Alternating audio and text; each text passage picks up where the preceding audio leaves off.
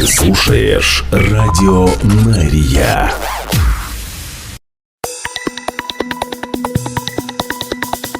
Израильская служба новостей в прямом эфире на Радио Мария. Здравствуйте. Сегодня 21 февраля. Пятница. Мы начинаем.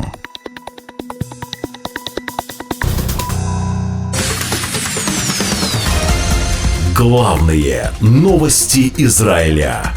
Слушай на Радио Мария. И начинаем с экстренного сообщения от Армии обороны Израиля. После завершения процедуры идентификации, которую проводил Национальный центр судебной медицины совместно с полицией Израиля, представители ЦАЛЯ сообщили семье Бибас о том, что их близкие, малыши Ариэль и Кфир, были опознаны.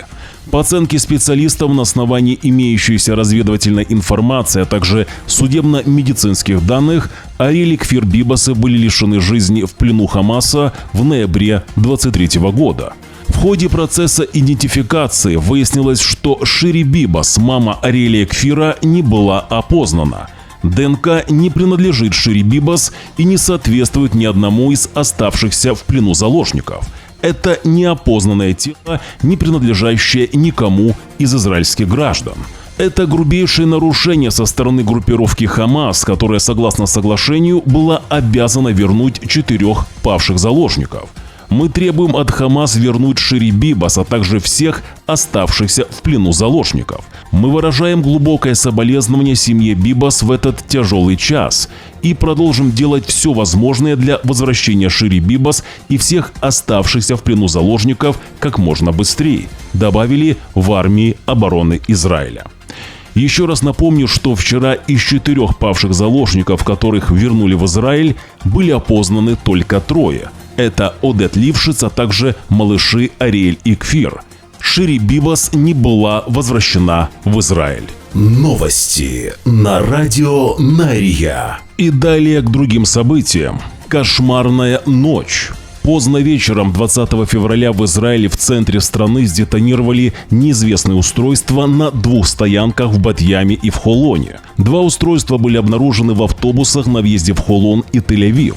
Первая детонация произошла на стоянке автобусов на улице Амаль в Бат-Яме. Сообщение в диспетчерскую пожарной службы поступило в 20:30. Вскоре стало известно о детонации еще одного автобуса на стоянке, который находился в нескольких сотнях метров от первой стоянки.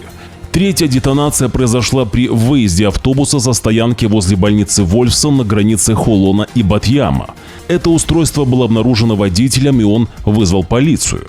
Во время детонации в автобусах не было пассажиров, пострадавших также не было. Службы безопасности обратились к водителям автобусов, которые находились на маршруте, с просьбой остановиться и проверить салон. После же этого пришло сообщение, что были обнаружены еще 2 устройства в автобусах на въезде в Холон и на въезде в Тель-Авив. То есть в общей сложности было обнаружено в 5 автобусах 5 устройств, 3 из которых сработали на стоянках. Каждое устройство имело часовой механизм. Таймер был установлен на 9 часов, но, по всей видимости, закладчики перепутали 9 вечера и 9 утра, что и спасло многих людей. Полиция Израиля обратилась к гражданам с просьбой не приближаться к местам происшествия, не подвергать своей жизни опасности и не мешать работе чрезвычайных служб. Кроме того, граждан просят проявлять бдительность и сообщать о подозрительных предметах в полицию Израиля. Номер телефона 100. Из полиции передают, что на одной из камер наблюдения был замечен подозрительный мужчина. Он был задержан, но позже мужчина оказался просто прохожим, который не имел отношения к этим инцидентам. Министр транспорта Израиля Мири Регев заявила главе управления общественного транспорта, что необходимо останавливать и проверять все автобусы, поезда и трамваи и действовать в соответствии с инструкциями Шабак и полиции во время оценки ситуации. Начальник полиции Тель-Авивского округа прокомментировал, что устройства самодельные. Полиция все еще пытается выяснить, сколько подозреваемых были вовлечены в закладку устройств в автобусы в центре страны. Всю ночь продолжалась и сейчас продолжается антитеррористическая операция. В полиции Израиля уклоняются от вопросов, когда их спрашивают, как могло случиться, что в автобусы было установлено несколько устройств, и при этом, что никто ничего не заметил. Стражи порядка комментируют, что армия обороны Израиля несет ответственность за Иудею и Самарию, а Шабак несет ответственность за предотвращение терроризма. Наши слушатели сообщают, что после сообщений о детонациях прошлым вечером многие пассажиры покинули автобусы, в которых они ехали домой в разных городах нашей страны, и пошли домой пешком, опасаясь повторения инцидентов. Новости на радио Нария. После детонации автобуса в Бат-Яме министр обороны Израиля Исраэль Кац заявил, что он поручил армии обороны Израиля активизировать свои операции в Иудее и Самарии. Цитирую: «Я поручил армии обороны Израиля усилить интенсивность контртеррористической деятельности в Иудее и Самарии», говорится в заявлении Каца. «Мы будем преследовать организаторов до самого конца и уничтожим террористическую инфраструктуру в лагерях, которые используются в качестве передовых площадок иранской оси зла», добавляет Исраэль Кац. «Жители, которые дают убежище террористам, заплатят высокую цену». Конец цитаты. Напомню, что с 21 января армия обороны Израиля проводит масштабные наступления в Иудее и Самарии, которые получили название «Операция Железная стена». Водителям автобусов по всей стране было приказано осматривать свои транспортные средства перед отправлением на маршрут в связи со вчерашним инцидентом.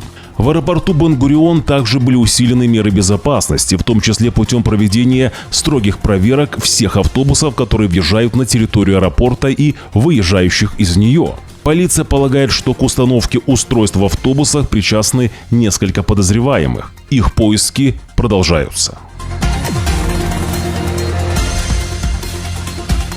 Глава партии Оцма Иудит и бывший министр национальной безопасности Итамар Бен-Гвир связал детонации в Бат-Яме со сделкой о заложниках, в рамках которой из израильских тюрем освобождаются хамасовцы. Цитирую: «Когда правительство подписывает безрассудные сделки о капитуляции с врагом, вместо того, чтобы обрушить на него ад, у врага появляется аппетит к увеличению попыток лишать жизни евреев. Это именно та цена, о которой мы предупреждали». Конец цитаты. Итамара Бен-Гвира поддержал и министр финансов Бецалель Смотрич, цитирую: «Освобождение террористов из израильских тюрем – это попутный ветер в парус террора. Оно дарит врагу чувство победы», заявил Бецалель Смотрич. Новости на радио Нария. Главные новости Израиля. В это же время премьер-министр Израиля Биньямин Нетаньяху обозначил новые требования в рамках переговоров уже по второму этапу соглашения о прекращении огня и освобождении заложников. Глава израильского правительства настаивает на изгнании лидеров Хамас за границу, демилитаризации Газы и сохранении израильского контроля над безопасностью в секторе Газа. Эти условия, по его словам, являются необходимыми для окончательного завершения войны, добавил Биньямин Нетаньяху.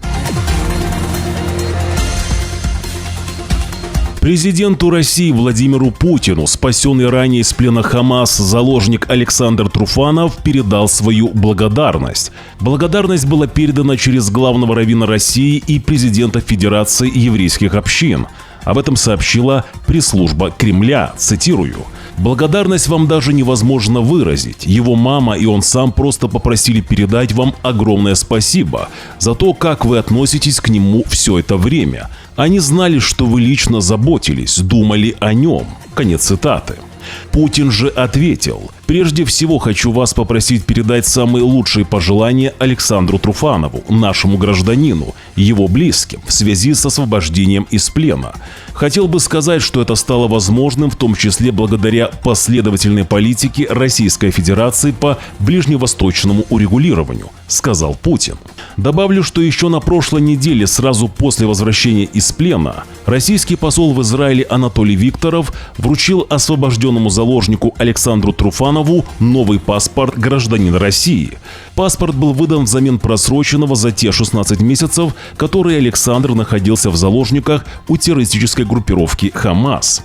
Поблагодарил ли Александр Труфанов главу правительства Израиля Биньямина Нетаньяху и президента Израиля Ицхака Герцога, не сообщается.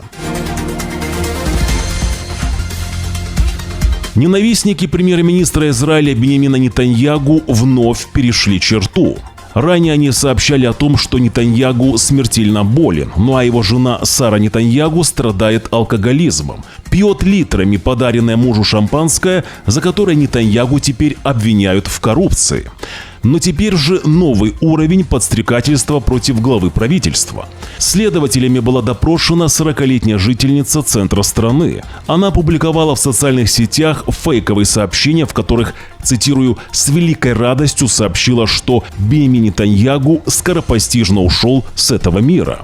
Адвокатское объединение, оказывающее правовую поддержку участникам протестов, заявило, что его клиентка является обычной законопослушной женщиной, у которой до этого не было проблем с законом.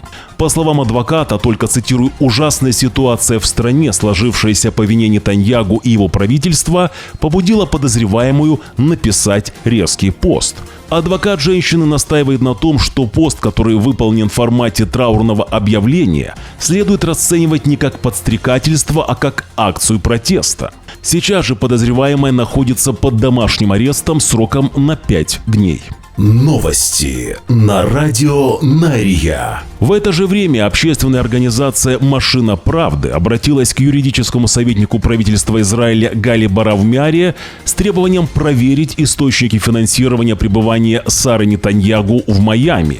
Организация сообщает, что жена премьер-министра остановилась в отеле, который принадлежит катарскому шейху. В обращении говорится, что обстоятельства оплаты вызывают вопросы в контексте норм государственной этики и законодательства Израиля. Организация настаивает на прозрачном расследовании, чтобы установить, была ли поездка оплачена из государственного бюджета. Напомню, что в начале этого месяца израильское издание, которое переводит новости с иврита и адаптирует их для русскоязычной аудитории в нужном направлении, издание, которое мы называем «Помойкой», сообщило, что Сара Нетаньяху якобы шокировала весь Израиль. Издание «Помойка» обнаружило у Сары Нетаньяху сумку за 40 тысяч шекелей. Видимо, считая, что супруга главы правительства должна одеваться как бездомная и носить вещи, которые она найдет на выставке, так называемом выбросе вещей около мусорных баков. Если же в социальных сетях вы обнаружили подстрекательство против главы правительства, сообщите об этом в нашу редакцию. Имейл на ваших экранах. efir@radionaria.com. И возвращаемся к главной теме выпуска. Премьер-министр Израиля Биньямин Нетаньяху сделал заявление. «Братья и сестры, дорогие граждане Израиля, в этот день мы все едины. Мы все едины в невыносимой скорби.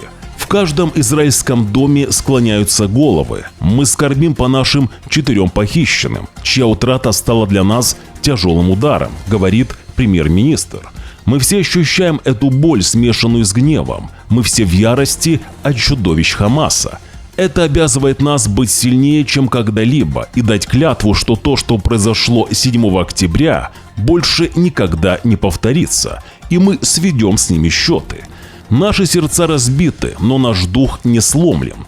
И с этим духом мы вернем всех наших заложников. Мы сотрем Хамас с лица земли с помощью Всевышнего и гарантируем нам наше будущее», заявил премьер-министр Израиля Биньямин Нетаньяху. Новости на радио Нария. Еще раз напомню, что вчера в Израиле были возвращены 4 павших заложника. Хамас сообщили, что передали павших Шири Бибас, ее 2 маленьких сыновей Ариэля и Акфира, а также Одеда Лившица, которому на момент похищения было 83 года.